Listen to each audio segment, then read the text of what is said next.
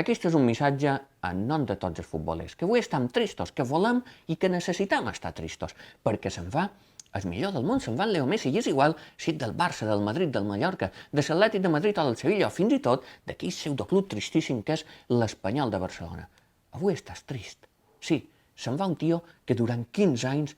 mos ha fet aixecar de la cadira, mos ha fet vibrar, mos ha emocionat. I volem, per favor, que tu, flipat, que no t'agrada el futbol i que te penses ser moralment superior a nosaltres per aquest fet, mos deixis estar tristos en pau, que no mos venguis a inflar l'orella amb el ui, però si només és un futbolista, un tio que pega coses a la pilota, que se'n va a un altre país i guanyarà més euros encara i tu aquí... Deixa'm estar trip, pesat! Ningú se fica en tu perquè no t'agradi el futbol, ningú se fica en tu perquè diguis que t'agrada l'emergent cinema de Qatar, o per dir que t'encanta no sé quin autor que fa novel·la a la República Txeca, que també guanyaràs el pròxim Nobel de Literatura, o perquè diguis que veus els documentals de l'A2, que ningú els veu, però no passa res, te deixen fer tranquil amb les teves flipades, deixa'm-nos estar tranquils a nosaltres, per favor, tot demanam. I a tu, Messi, ja que hi som, te deman, per favor, que si pots,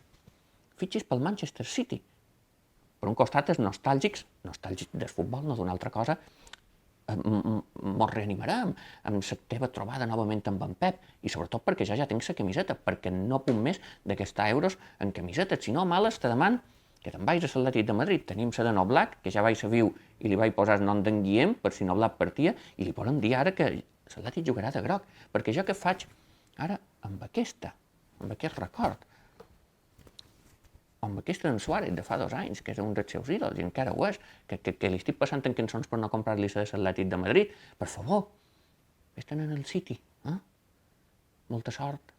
i gràcies per fer-nos gaudir tant.